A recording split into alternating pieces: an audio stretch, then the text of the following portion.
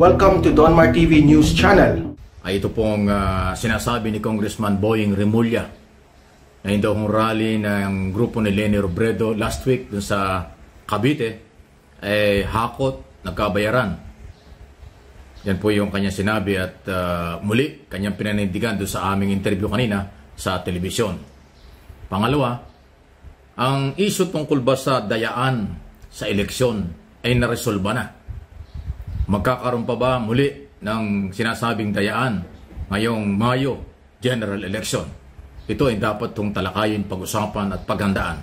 So ito nga po yung ating pag-usapan. Kanina lang ay katatapos lang po yung aming interview kay Congressman Boying Remulla ng 7th District sa kapitong distrito ng lalawigan ng Cavite.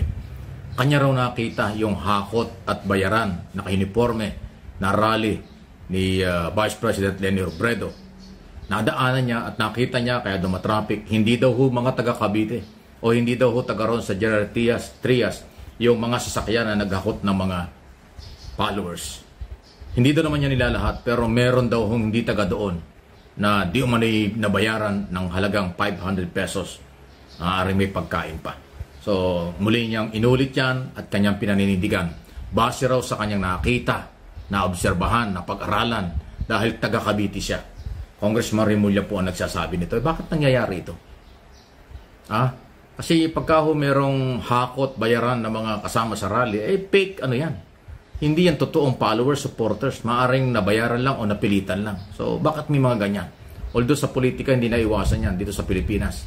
Pero dapat to ay magbago na ang sistema ng kampanya. Magbago na rin ang mga botante. Posibleng dala ng pangangailangan, pasintabi na ng iba, hindi naman lahat.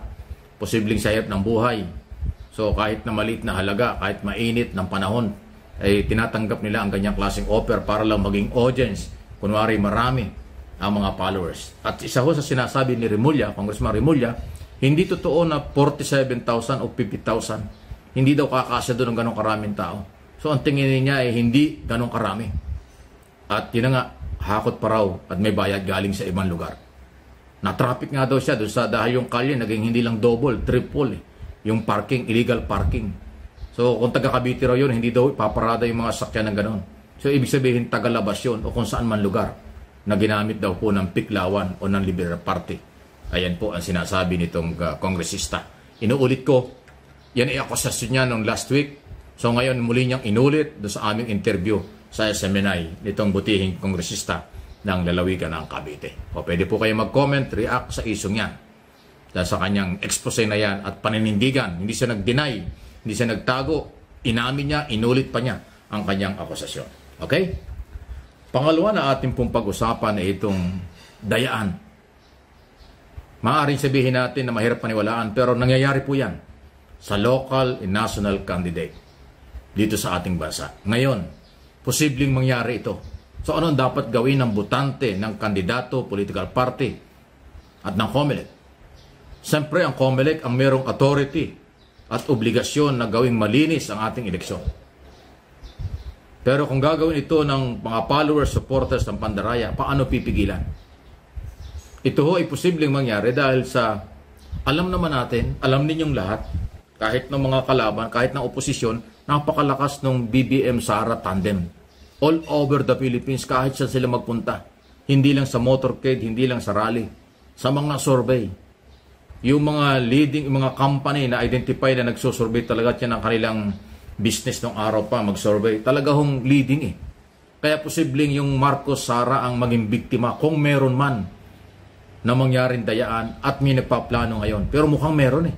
Kasi ako nakakatanggap din ako ng mga PM at mga video, audio, kung ano-ano mga nagagaling kung saan-saan yung mga plano na mandaya.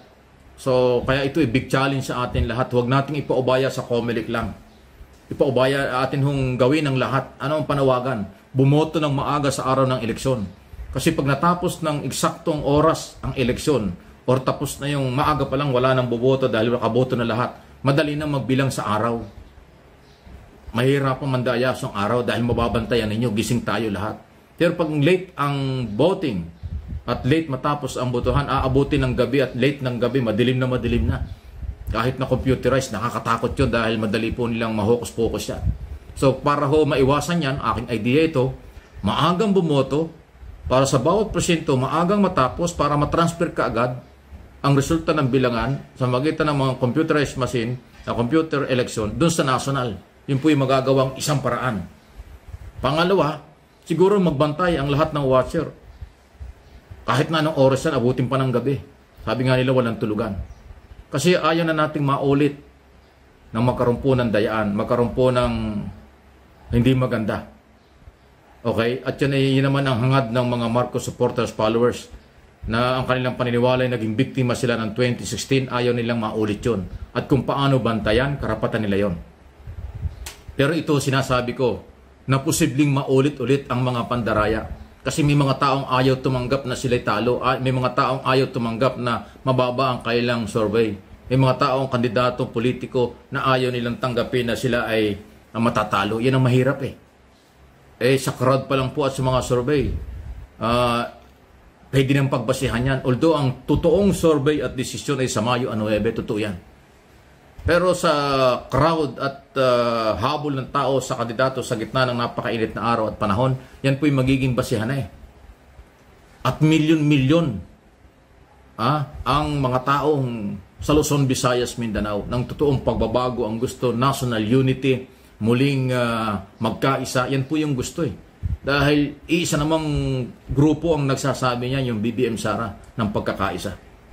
Sa ibang mga partido, may mga ibang agenda, pero iba ho yung galawan ng BBM Sara na kailangan bantayan.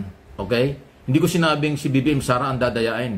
Hindi ko sinabi kung sino man dadaya. Ang sinasabi ko, ano ang gagawin ng taong bayan para hindi mangyari ang dayaan.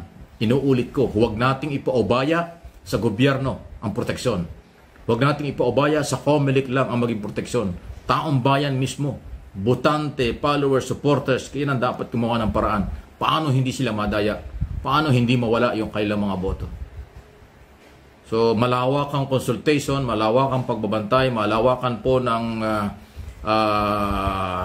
pagmumonitor. Yan po yung solusyon dyan. Okay? Hindi kaya ng kandidatong magbantay sa buong Pilipinas during election at after election.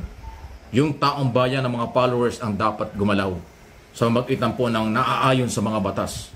Kung anong klaseng mga regulasyon. Pagbabantay, legal yan. Hindi naman ho pakikialam yun. Obligasyon. Sabi nga nila walang tulugan. Pwedeng mangyari yan at gagawin yan. Katulad ng mga nababasa ko sa aking channel na ito. Na walang tulugan before, during, and after election. Para lang siguraduhin ang kailang mga boto, mabibilang ng tama, at lalabas ang totoo. Yan po yung ating abangan. Okay? So pansamantala, pwede pong tapusin natin muna ito at kayo po pwede mag-react, comment sa ating mga tinatalakay na ito. Yung expose ni Remulla tungkol sa hakot na mga rally at saka ito, paano maiwasan at proteksyonan ang ating mga boto. Okay? Maraming pong salamat. Magandang araw po. God bless.